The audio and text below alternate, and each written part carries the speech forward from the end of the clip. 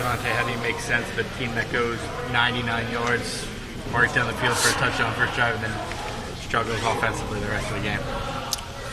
I don't know if I'd say we struggled offensively. I would say we struggled to score for sure, which is kind of not. It's kind of the same thing, I guess you could say, but it's in a way, it's honestly it's more disappointing to be able to drive down the field, and can't remember exactly which game it is. I think it might have been Arizona where we were, able to move the ball, just couldn't punch it in, and it's kind of been the story of the season, honestly. Can't really make sense of it though. And then Cody went for a couple fourth downs, didn't get him. The one in the red zone. Does that suck the air out of a team when you go 14 plays and come up with no points, like to not kick the field goal there?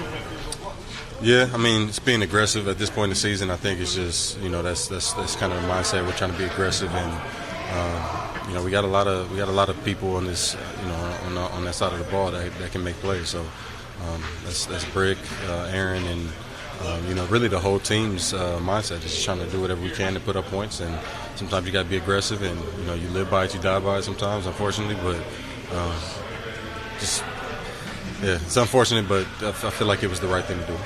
What happened on the pass to you in the end zone? The incomplete pass. Did he get a hand on that? Or? Yeah, he punched it out on a fluke. I don't know how it happened. It's just got it, pulled it in, and just happened to get his hand on it perfectly and got it out. Do you think the weather affects your play, like going from Jacksonville here at Speak? No.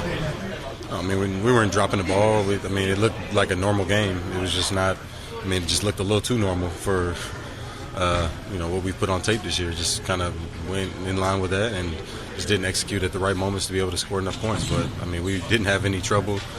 I got respect for every opponent that I play, but we didn't have any trouble moving the ball. It was, obviously, at certain points in the game, it's not going to be perfect, but every time we took the field, I had confidence we were going to be able to move the ball down and go score. We just didn't do that. What happened on the fourth down fade route in the end zone? What do you mean? You didn't catch the ball in the end zone in fourth down? Yeah, he threw it to me on the fade, and that guy knocked it down. Did you know that would have been number 500? Yes. Jamin, that's a tough offense to play against, to hold them to under 20 points, even with the short field working against you as often as it was today. I know no moral victories, and you guys want to win games, but how about your defensive performance today? How would you assess it? I say it wasn't the best game, but we did some good things, we did some bad things. For me, I want to hold everybody to the best of their ability, and I say, like, on every given play, everybody's best wasn't there. There's plays that we practice that we have to execute, and ultimately those plays led to points in certain situations. So we just got to be better overall. I'm always happy and proud of everybody. I'm always happy that people come out healthy. But again, like you said, there's no moral victories. I would love for everybody to just always execute and for us to always be on our details, because, like, as you can see, like, these games aren't being won by a lot from the other teams. We're always there, and it's just as a defense, if we can always execute those details, and again, it's not a perfect game, but there has to be more good than there is bad. It can't be equal. Like, the good has to outweigh the bad by a lot, in my opinion. And again, we just have to make those plays and be on our details when our best is required so we can win these games. I know the decision is made early in the week to be aggressive offensively, right? It's not a mistake and not by chance, that the offense goes for it on fourth down as often as they did today. Is that already part of your defensive mentality too? You guys probably know the overall game plan. You might be on the sideline saying, hey guys, like, our offense, we're going to go for it on fourth down today. You have to then be prepared probably for consequences one way or the other as well, I would think. Most definitely. Whatever Brick and the offense decides, we're always ready. If they're going to punt it on fourth down, we're ready to go out there and cover P and 10. If they want to go for it on fourth, we're ready for a sudden change. We had a few sudden changes today. And again, I feel like we did rise up to the occasion. I think one of them led into points maybe. But again, at the end of the day, it's football. You got to be ready for the next play no matter what. And again, like I said, I'm proud of the defense at the end of the day. But the standard that we have in our room and the level of excellence that I would love for everybody to be at, including myself, is always at a high. So today I don't think we reached that level.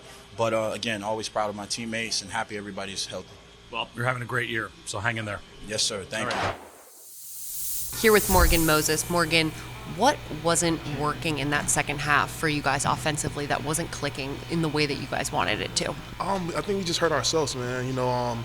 We moved the ball up and down the field all day. And the one thing that we talked about this week was capitalizing in the red zone, and we fell short of that. Second half for us, we created a lot of penalties, a lot of self-inflicted wounds, and that can't happen, especially when you're moving the ball, consistently down the field. And so those are things that we got to clean up. It felt like on the opening drive, you guys were in a good momentum. You had pace to it. Was there something that changed from the first half to the second half, whether it was the Rams' defense or just something different that was happening? No, not even that. Even so, when you look at the second half and the opportunities that we got, we still moved the ball efficiently down the field. Coming out, we had all those penalties, holding penalties down the field and things like that. And that's on us, man. We got to learn how to let go at the proper time, and we can't kick ourselves in especially in the red zone in the foot with those penalties. But when you look at it, man, I don't think they really did anything to really stop us. We just created problems for ourselves. 2 games left on the season going forward. As a leader of the offense, what's your message to the team? We got to keep pushing, man. We got a lot of football left. 2 games. Obviously, we're out of the playoffs, but we're playing for a lot of things. We're playing for ourselves. We're playing for the name on the back of the jersey. You're playing for the name on the front of the jersey. All 53 men on this roster, and the coaches that put these game plans together. So you got a lot to play for. You got a lot to be thankful for. A lot of people are not able to have these opportunities to play football, and we're playing a kid's game for a king's ransom. So that's the opportunity that we got to step on the field and take. Last one for you. Olu Fashanu, obviously he got hurt at the end of the game there. How proud are you of the way that he has stepped into that left tackle role and really just risen to the occasion? Man, it's unbelievable, man, and it's just a testament to who he is.